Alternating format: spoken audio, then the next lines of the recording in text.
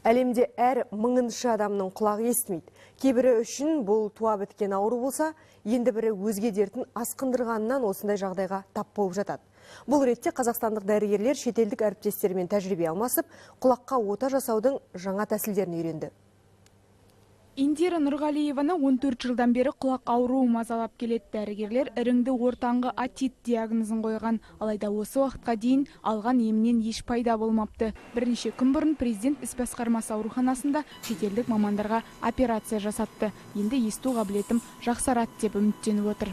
Дәрігерлердің 3 түрі болады деді ғой. Сол дәрігерлердің мен бұл кісілерді Алладан берілген дәрігерлер деп есептеймін.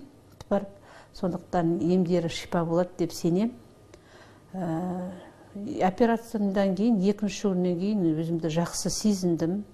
Бұл орталыққа әлемнің үздік отохирургтары шақырылып, жиі шеберлік сағаттарын өткізіп тұрады. Аты әлемге әйгілі профессор мәскеулік Диап Хасан бір аптадан бері осында. Ол өз еңбегін құлақ операцияларына арнаған маман. Мы видим прогресс. Жергілікті дәрігерлердің біліктілігі мен операция жасаудағы шеберліктерін жоғары бағалар едім. Бұл ауруханада ең қиын отаны өткізуге барлық жағдай жасалған. Заманауи техника қойылған. Қазақстандық дәрігерлер тәжірибесін арттыра беру керек деп ойлаймын.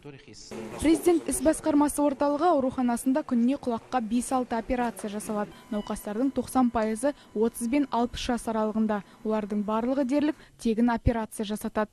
Құлақтың ауруы ол өте күрделі болып келеді. Бас миына өте жақын, 1-2 мм кейде бөліп тұрады. Сондықтан құлақта іріңді процестер менингитпен асқынуы мүмкін көп. Ол өмірге қауіпті, сондықтан көп операциялар сондай асқынудың алдын алуға бағытталған операциялар.